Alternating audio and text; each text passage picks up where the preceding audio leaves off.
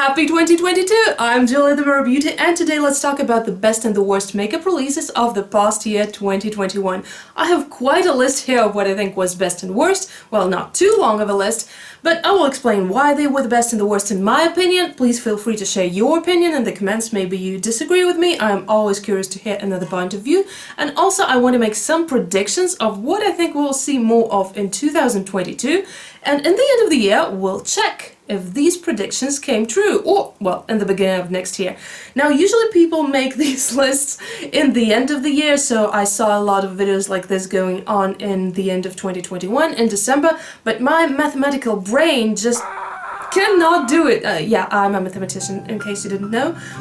Because, you know, when I think about it in December, I think, what if on the 31st of December at 23:59 there will be a new makeup release and it will be one of the best or one of the worst? What am I gonna do? Like, include it in the next years, but it won't be 2022? Okay, I know that is not very probable, but usually people put out these videos in like the 20th of December or so, which means that they filmed it even earlier. And well, in the last 10 days of the year, it's quite possible that something new might be launched. So, without further ado, let's go into the list. Let's start on a positive note with the best releases. So the first one, strangely enough, is Lime Crime, their colorful eyeliner launch, which they launched in January. Why strangely? Because I feel like Lime Crime doesn't launch a lot of interesting stuff lately, but this one is really good. I feel like there are not enough colorful liquid eyeliners on the market. There are a lot of eye pencils, there are more felt tip eyeliners, but a liquid eyeliner is just, it's different, you know? Sometimes you just need that. And I really want to try those, but I just haven't gotten to them yet. The next one I feel was one of the most interesting releases of 2021. This was Natasha Denona Circo Loco palette, and we all know that Natasha Denona has good quality. I mean, we've all heard about it. I don't know for myself because I haven't tried Natasha Denona, because usually their palettes are way too boring for me, like they're way too neutral, but this one was something I really would use, and the only reason I didn't get it was because of the price. The price was unfortunately not on the best side. Another one of the best releases was, I think, Holotaka Pastel Rainbow Nail Polish Collection, which they launched in April, because that is something truly unique. A pastel and a holo and a whole rainbow of that. I feel like I haven't seen anything like that before. Another great release I feel were these 5-pan palettes by ColourPop, so for someone who wants to try a certain color scheme or maybe like add a certain color scheme to the collection but doesn't want to get a whole big palette or a lot of singles, which is more expensive, I think these really do the job. So you can actually do a look with one of these palettes alone, you can combine them with other palettes. A very lovely release. Another gorgeous release was the Kiko Milano Fruit Explosion eye pencils, just the eye pencils, not the whole collection, because I feel like these are of such great quality and great color range. I have them in 4 colors myself. I wear them on my waterline usually, but sometimes also on my eyelids. They don't transfer, they don't budge, and the color range is very beautiful and really unique. The rest of the collection is not so remarkable, though I also did get the turquoise mascara. It's really pretty. This release was from May, and this is MAC Botanic Panic collection, which I think was really good. So it's really kind of springy, but also kind of summery. It has bright colors, but light colors, and it also has an interesting range of lipsticks. There is this lilac that I absolutely love, but at the same time they did include some more nudish, like rosy colors as well, and that's exactly what I'm usually talking about. When I'm saying that the collection was boring from some brand, I don't mean that brands should not make nude colors ever for anyone.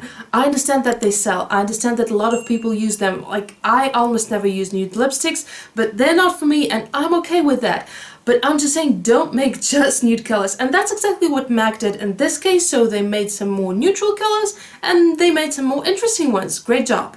A release that was hugely discussed and everyone seemed to be pretty happy with this palette was Glamlite and Mikayla J makeup collaboration, and this is, I think, also a great example how you can combine colors and nudes together, and this will appeal to the people who, you know, prefer nudes but sometimes use color, and also to people who prefer color but sometimes use nudes. Also, this will be great for professional makeup artists to use on the clients. You know, there's a whole range of colors going on there. I think it's a great launch. ColourPop Powerpuff Girls. Once again, some nudes, but also a lot of colors, some cute accessories. I feel like they really stuck well to the theme, and seeing that ColourPop releases, you know, a lot of collections, I think they do it weekly or something, that's why there was a lot of ColourPop in this video. I think this one was talked about like for months after release. I mean, like actively talked about, which is rare for them, you know. So usually a month after the release or even earlier, people already forget that the collection was there because those who ordered it already received it, you know, put out a look with that, and they moved on to the next one. But this one was really discussed and people were doing looks with that. So I feel like that's a sign that this was a really, really successful one. Another super discussed palette that people definitely admired the quality and the color story of. Like, I haven't tested the quality, but I do love the color story, was this The Wilderness palette by Beauty Bay. I have tried another palette by Beauty Bay and I kind of like the quality. I mean, it's not 10 out of 10, but it's like maybe 8 out of 10, so it's really good. And I can totally see why people love this palette. And we have ColourPop again, this time the Tinkerbell collection. I think it really fits the Tinkerbell theme, but also it's a great color story by itself. Once again, the palette was discussed for months, and I got an eyeliner from this collection that I even made a video about. And no, we're not done with the ColourPop yet. This, I think, was the best release of the whole year, maybe. This Hocus Pocus collection is so beautiful, and I mean, both the packaging and the products, like maybe not all the products, but most of the products that are in there are really, really epic, and they really fit the Hocus Pocus theme. And overall, I just think it's so cute. And you guys know that I got the spider stamp and the mirror from this collection. I showed it in my ColourPop haul, but honestly I feel like the palette is also great. I maybe would have gotten it, but I already do have all these colors in my collection, so it didn't really make a lot of sense. But I think it's really great. It's really Hocus Pocus.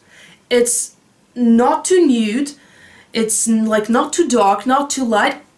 Like everything you need is in it. All the Halloween colors. ColourPop applause! Another really good release, you know, concept-wise, because I haven't had the chance to try the quality, were the Novena Chroma sticks, which were the colorful pencils by Anastasia Beverly Hills and Novena Cosmetics. And there is a wide range of colors, and some colors are pretty unique for eye pencils, like the yellows, the oranges, the reds. You don't find them very often.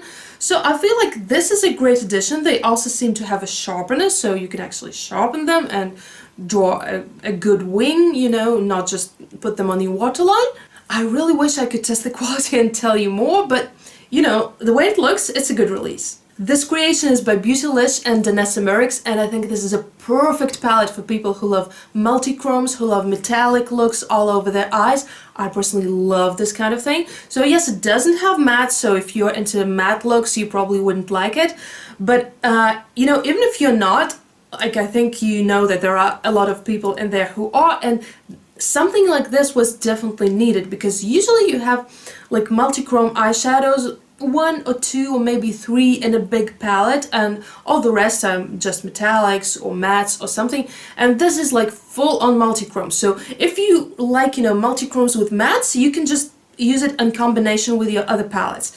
If you like to have a full-on shimmery metallic multi-chrome look, you can just go for that. And you know, I would certainly be the one buying it if I hadn't all these colors already pretty much. So in my Tammy Tenuka pigments, also I have the old Alchemist palette, which I can use, you know, for these color shifting highlighting thing. I think it's gorgeous. The last one I want to mention as the best was the Melt Cosmetics holiday release, Amore Mariposas. This is just such a beautiful collection, you know, like the packaging and the products, they're all super beautiful. I must say that the color story is not quite my thing. There are some colors that I absolutely love, there are some colors that I'm like, not exactly my thing.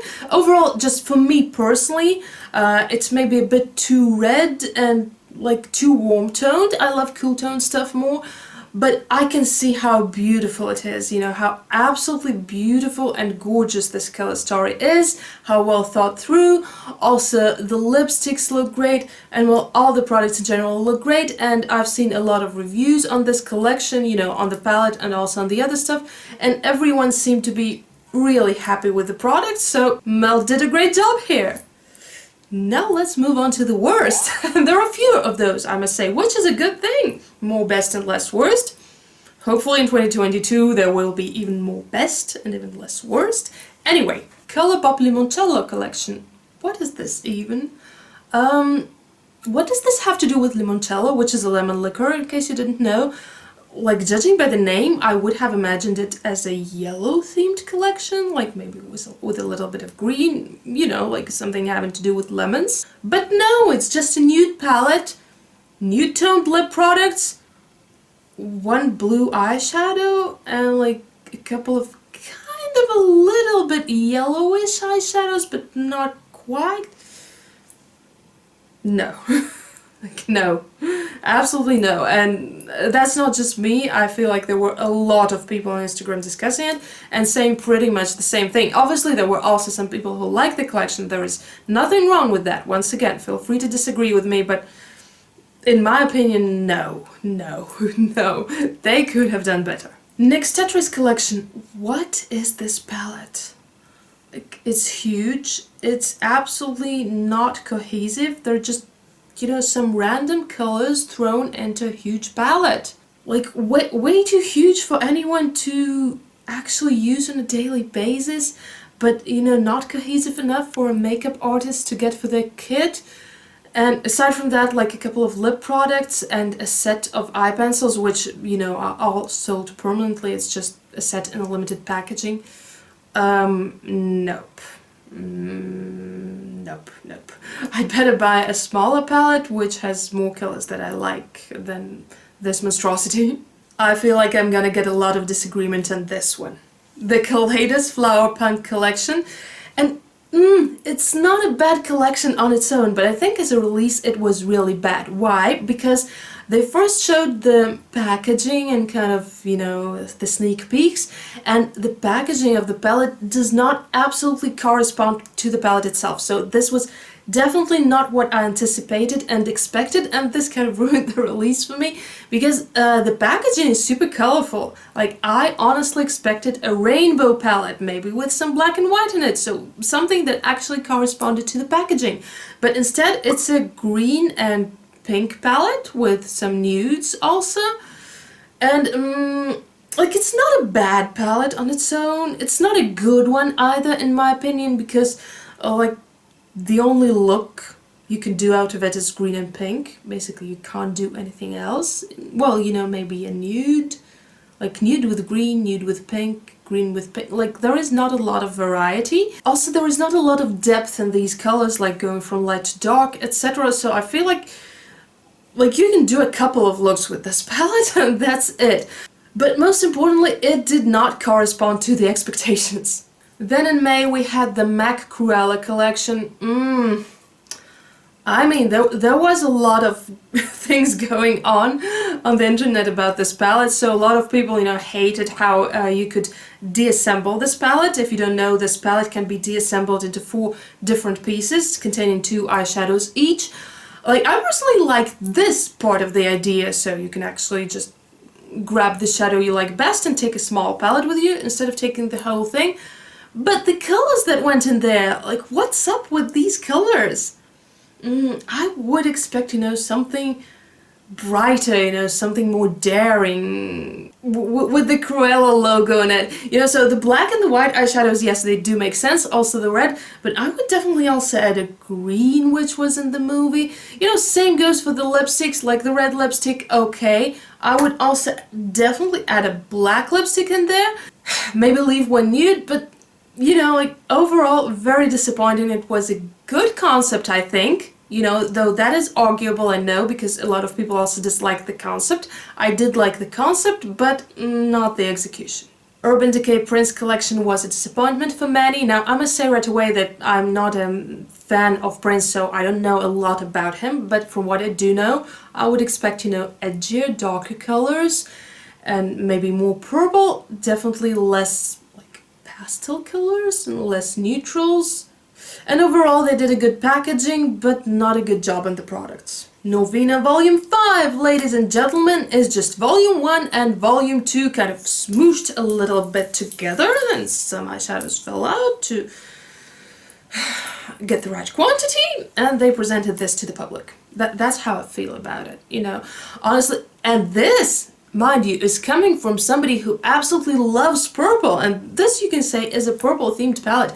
Purple is my favorite color, my absolute favorite color. I adore it, but even I see that this is way too similar to the previous volumes, to the volume 1, which was purple themed. So even if it's too similar for me, like, how does it feel for everyone else? No. Pass. We have Urban Decay again, which makes me sad because I used to love this brand so much. I still love a lot of their products, but this Naked Cyber, oh my god, what is this even? Like, it's not naked, it's not really a duochrome palette, it's not really a topper palette. What is this? This is most certainly not a complete palette that you can like do a lot of looks with. There is only one dark shade. There are a lot of light shades, but if you use them as toppers, you know, to complement your other eye palettes, like, they aren't shifty enough, they aren't duochrome enough, they're just plain boring. But at the same time, it's not a nude palette like the Naked palette is supposed to be. So the Naked palettes initially, you know, are for doing natural looks, right? Like, they can be more warm toned or more cool toned, but this one isn't that. Like, nobody understood what that was. Let's move on. Made by Mitchell Milk palette, so I'm looking at it here right now, you're looking at it here right now. You know, the color story is just weird. Like, it's a bunch of nudes, but at the same time they're mostly like greenish nudes, at least a lot of them are. But at the same time, this is an attempt to do a colorful palette because there are these bright pinks, an aqua and a bright blue, like just some random bright colors thrown in there. I wouldn't really know how to use, I mean, I know how to use an eyeshadow palette, and I could, you know, with some effort scrape some colorful looks out of it, or some nude looks, some nude with a pop of color, but honestly I would be missing a lot of shades on, you know, doing any of this, so that's just not a good palette for me. There are plenty of palettes in which I look and I can imagine, you know, a dozen of looks at once, like, oh, this would go so well together, and also this and this. Obviously it doesn't mean I cannot use them, you know, complementary with the other palettes, but looking at this, you know, like, I guess, yeah, like, you can do this and that, like, it will be boring, but you can. Yeah, sure, it would be nice if they also had added, you know, like, you can take the lime and you can take the blue. It would also be good had they added like a mint green, you know, to put in between, but it isn't there, and, you know, so forth. Also, the reviews I have heard about the quality, I haven't tried it myself, were not the best, so I feel like this is a fail. A collection I've been dying to talk to you about, but never had the chance to get to it. ColourPop and NBA. Oh, I have so much to say about this one. I'll try to, you know, limit myself and say a little less. First of all, when I saw, you know, the ColourPop and NBA, I had to Google what NBA was. Turns out it is National Baseball League. National meaning the USA National Baseball League. Stop. National Basketball Association. Oh my god, so embarrassing. And that's about my level of expertise in the matter. So I did Google it when the collection was out, but since then I must have forgotten, and the only thing that was left in my brain is that this was a National USA Association League, and it has something to do with playing a ball game. So please, for the sake of this video, bear with me, and let's suppose that when I say baseball, I actually mean basketball. So first of all, they're ruling out everybody who is not from the USA and, you know, hence is not a fan of national, but not their national, baseball league. Next, you know, like, you have a pool of people who like makeup, you have a pool of people who like baseball. Of course, you know, like, if you try to intersect them, there will be some people in common, but actually quite a few, because these two are very, very different interests. So, you know, like, you can easily intersect the pools of, I don't know, makeup and fashion, for instance, or, you know, makeup and nail polish. Like, something that is similar, maybe also beauty related, like makeup and hair dye. But makeup and sports, sure, there will be some people who enjoy both, but there will be, like, quite a few of them, so your audience goes even smaller. And then, after that, like imagine you are a baseball fan of the USA National Baseball League, like maybe even you watching this R1, and you also love makeup, and then ColourPop comes out with this collection and you're like, oh, wow, that's cool, I'm gonna get a palette of my favorite team. And you know, there were some other products there, I think like lip products, but most importantly, like the stars of the show were the palettes, of course. And yeah, you go and buy this palette, but the thing is, there never will be a person who will buy all the collection. Well, except, you know, bloggers who buy for reviewing.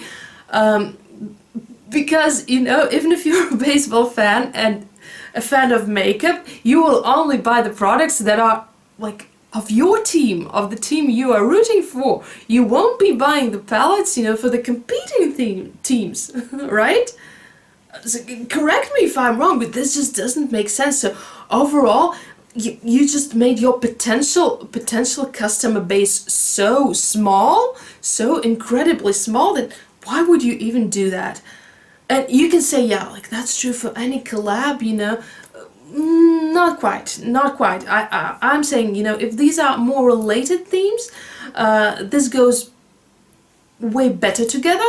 Also, if it is a collab with like more widespread things around the world, you know, like maybe a famous book, or I don't know, collab with Disney or something like that, that way more people know and love, this also gives you a much broader audience. And this one I think gives you a very, very small audience, and at the same time they pushed these collections, these palettes, I mean, so hard. I saw tons of ads on YouTube, even though I'm not normally shown ads in English on YouTube. Like sometimes I am, but mostly I'm shown ads in Russian because that's where I am, in Russia. But I was seeing these ads all the time, and I was like, yeah, I get that they're showing me the ads because I'm interested in makeup, but I'm not interested in baseball. Like, no. Even if I were somehow interested in baseball, I would most likely be rooting for some Russian baseball team. Sorry, that was long. Now comes another collection that will be a little longish because I just feel so personally about this one that it's on the worst list. When I first saw it sneak peeked, I was dying to put it on the best list. I was so excited. This is ColourPop Nightmare Before Christmas, and I'm a huge Nightmare Before Christmas fan. I mean, just look at these nails, okay? Oogie Boogie, Jack Skellington, Sally's dress. Of course, the snowy mountain. These were my winter holiday nails.